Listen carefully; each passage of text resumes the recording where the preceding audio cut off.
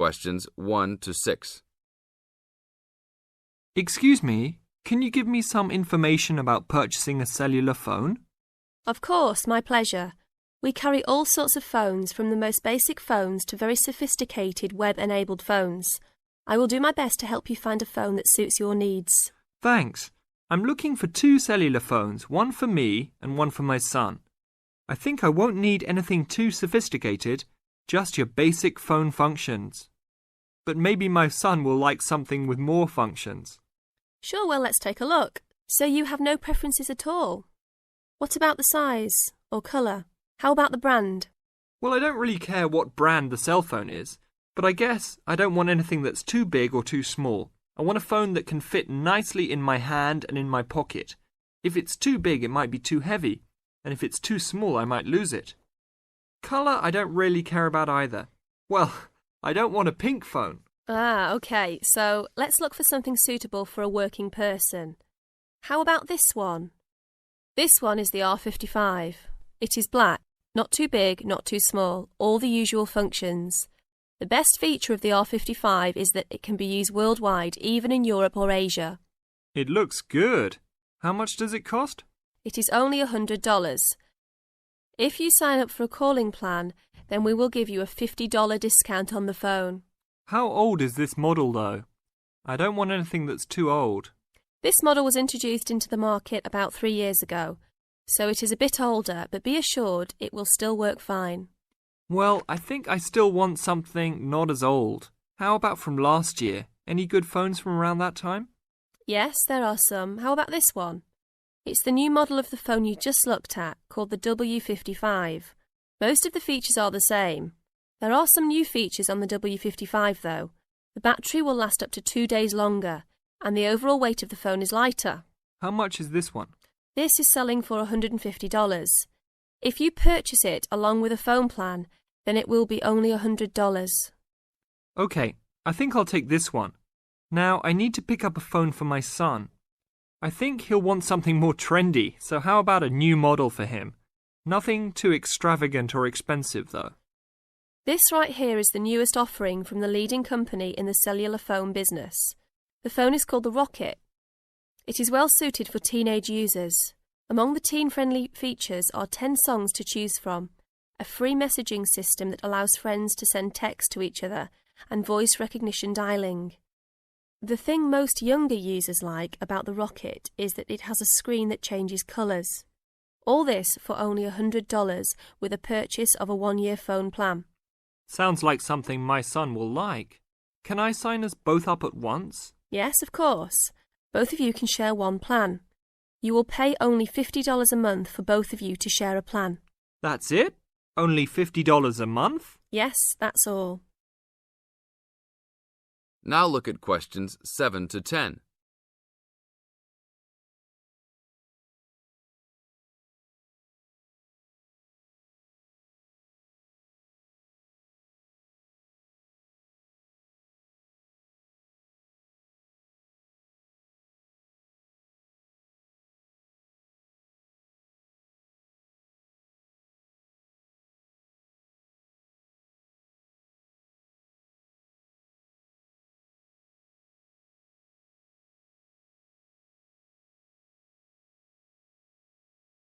Now listen to the tape and answer questions 7 to 10.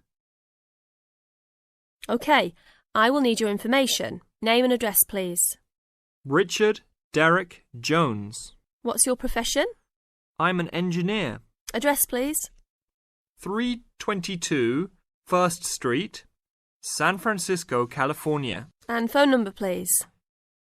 621-360-7601. Oh, sorry, that's the wrong number. 621-360-7610. How many phones do you want activated onto your plan? 2 for now. Thank you very much. Your phones will be ready in a minute. That is the end of part 1. You now have half a minute to check your answers.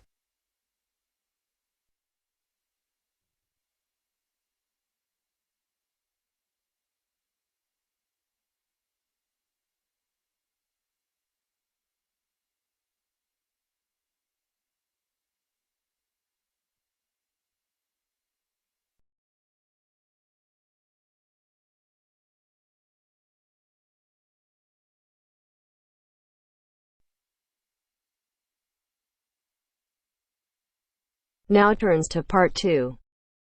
Part 2. You will hear two students talking about a school project.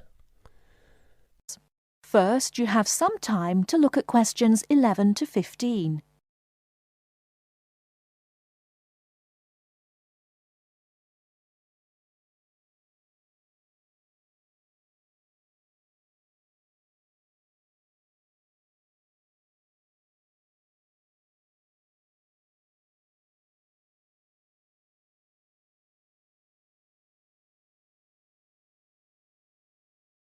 Now, listen carefully and answer questions 11 to 15. Hi, Lynn. How's your project coming along? Oh, not very well. I've got all the information, but I can't seem to organise it into a presentation. Well, you'd better hurry. You only have one more week. Yes, that's okay. It's just that... Oh. Well, why don't you try your presentation on me? Maybe I can help. Oh, really? Great. Okay, well, I've chosen solar power for my subject, and I'm going to talk specifically about domestic water heating. You know, like the ones popular in America.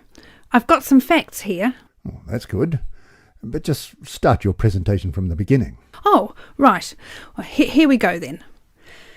There are many reasons why we should be looking elsewhere for energy sources. As most people are aware, fossil fuels and other such non-renewable sources are by definition finite, so something needs to be in operation soon. Currently, there are a number of alternative energy sources available which can, with a little preparation, be used to provide for a significant part of our domestic energy requirements. In this presentation, I am focusing on solar power and its application as a domestic water heater. As a renewable energy source, solar power is in many ways ideal. The amount of the sun's energy which reaches the earth every minute exceeds the energy that the global population consumes in a year. Although scientists argue that it is not finite, sunlight is certainly a long-lasting resource which is not depleted through use, and solar power converters use this energy without needing any complex moving parts. Once collected and stored, solar energy can be used for many purposes, but it is becoming increasingly popular as a domestic heating source. Generally, a building that is heated by solar power will have its water heated by solar power as well, and this has even worked in areas that are not exposed to long hours of direct sunlight, such as the United Kingdom, although not so well as in warmer climates. Why have you stopped? Well, that's all I've got so far. Oh, well. Start by talking about how effective it is. Oh, okay. Well, there are a number of factors that influence how efficient solar power can be. The first, obviously, is the amount of sunlight, and this is dependent on season, time of day, and climate. Although the UK has something of a bad reputation for sunshine, it is actually quite productive during some parts of the year. Given a sufficient size of solar panel and water storage tank, solar power can provide all of our water heating requirements in June and July, and even provide the majority until October. From October to the end of the year, this figure falls dramatically.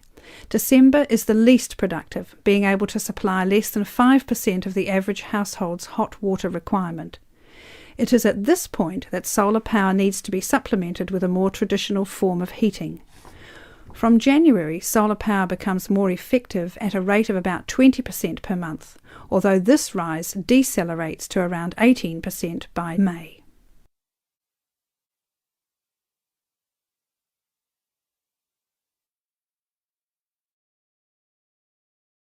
Before you hear the rest of the talk, you have some time to look at questions 16 to 20.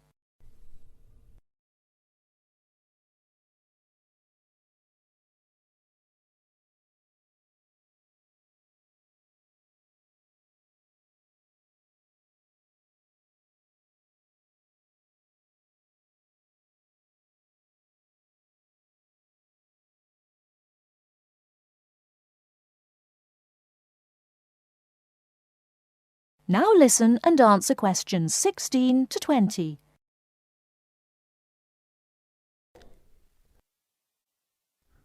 Now say something about this water heater.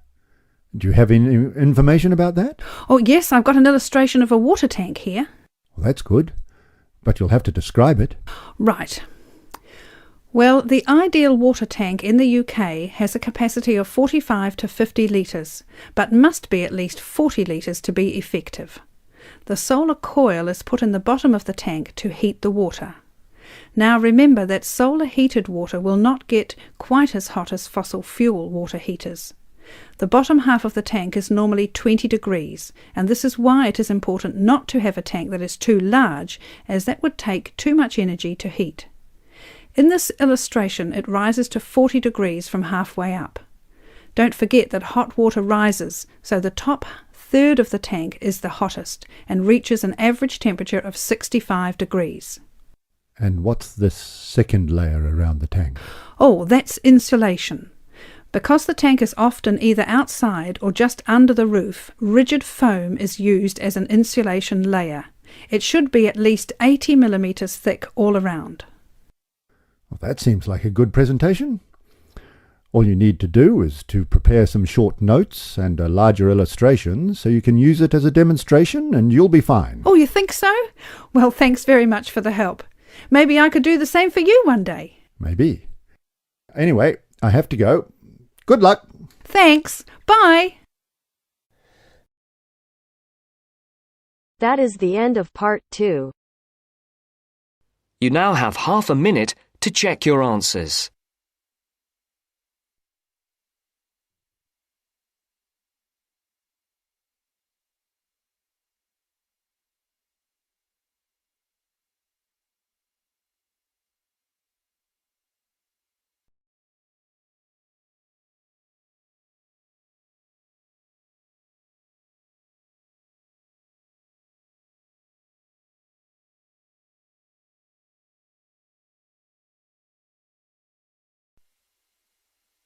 Now turns to part 3. Part 3. You'll hear an introduction about canoeing. First, you have some time to look at questions 21 to 24.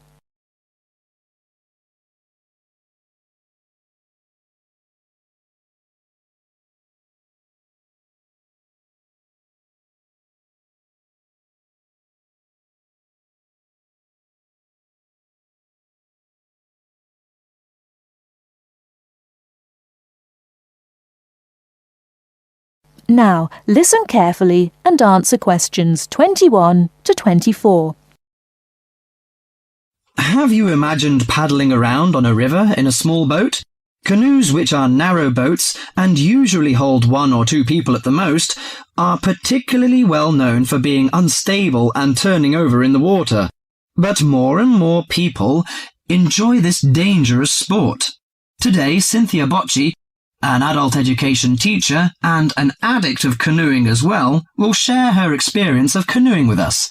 Cynthia, when did you begin this sport? Well, I started it 6 or 7 years ago, and soon I got attracted by the exercise. I have to admit that it brings me great fun. It's become part of my life. So, could you describe how you do it? At first, I think you need some like-minded friends. The friends who share the same interest with you. It's no fun at all if you canoe alone. Usually, we assemble in a parking shelter near the Island Lake Recreation Area. We pull our canoes from inside the vans, lift them from atop the cars and trucks, and attach wheels to help transport them to the shores of the lake beside the boat dock. What equipment do you need for the sport? Well, first and foremost, a canoe, of course. The price ranges from £300 to £700, depending on the material they're made from. The more you can pay, the better, really. Personally, I wouldn't look at anything under £500, but that obviously depends on your budget. You also need a hard helmet to protect yourself against rocks when you fall out of the canoe, and believe me, that is very likely to happen. Because of this, it's a must for a beginner to wear a wetsuit. Oh, bathing suits don't work really. Sometimes a life jacket is a necessity in case you fall into water and no one else is nearby. Before you hear the rest of the talk, you have some time to look at questions 25 to 30.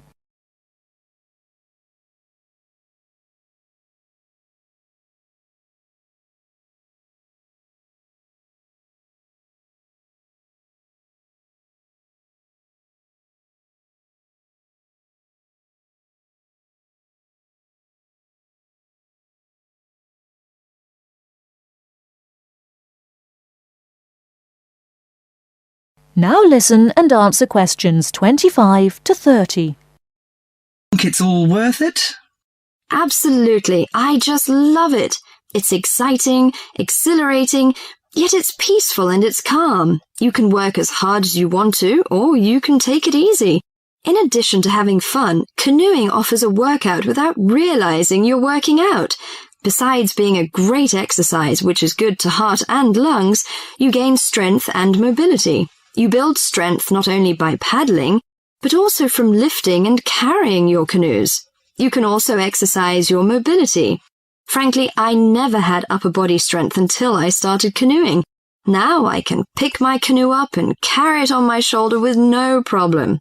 However, it's not just a workout of the upper body, but also a total body workout. If you're doing it correctly, it's a great calorie burner. And more important to me, paddling isn't strictly about exercise. It's as much about the peace and relaxation that comes from being out on the water.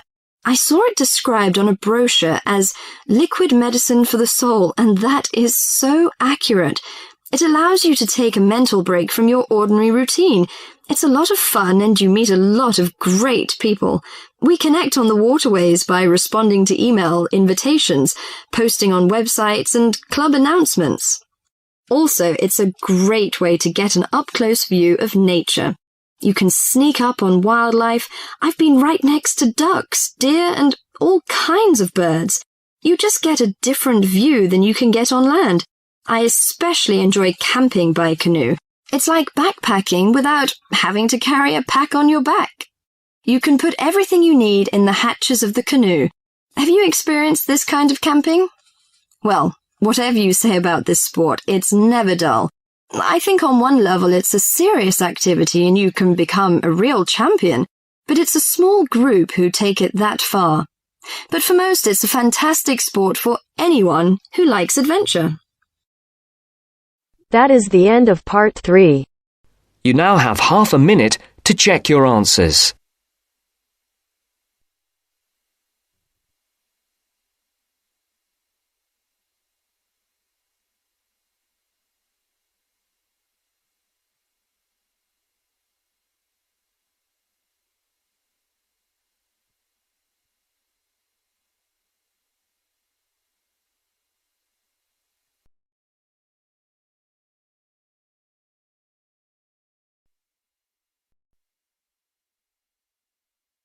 Now turns to part 4. Part 4.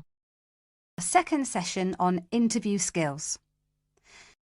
First, you have some time to look at questions 31 to 40.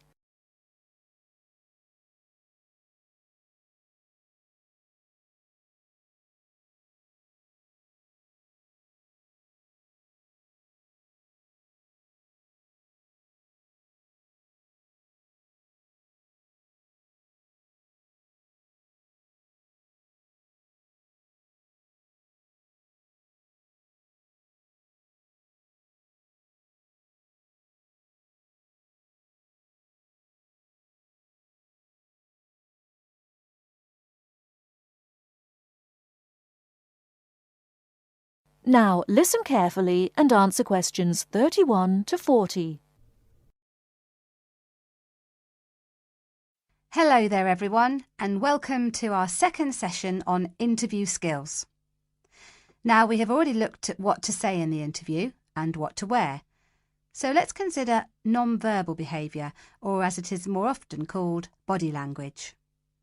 Believe it or not, research has shown that this is what makes the strongest impression on people we meet. Frequent eye contact is one aspect of body language which goes down very well with interviewers and creates a good impression. Looking at people means that you're sure of yourself and confident. In fact, one famous car company even makes a note of the level of eye contact candidates make during their recruitment process for this very reason. So it is very important to maintain eye contact. But be careful how you do it. Avoid staring, as this is a sign of hostility. But avoiding eye contact altogether and looking away or down is even worse. But the general message is maintain that eye contact. Believe me, the eyes have it.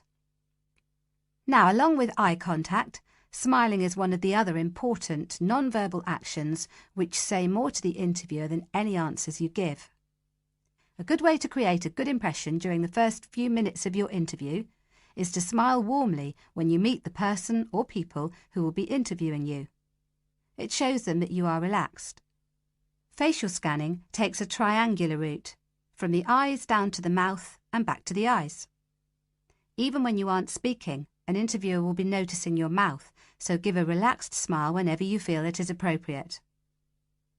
Now, not surprisingly, interviewers pay most attention to a person's face or head during an interview, and they certainly pick up a lot on what they see.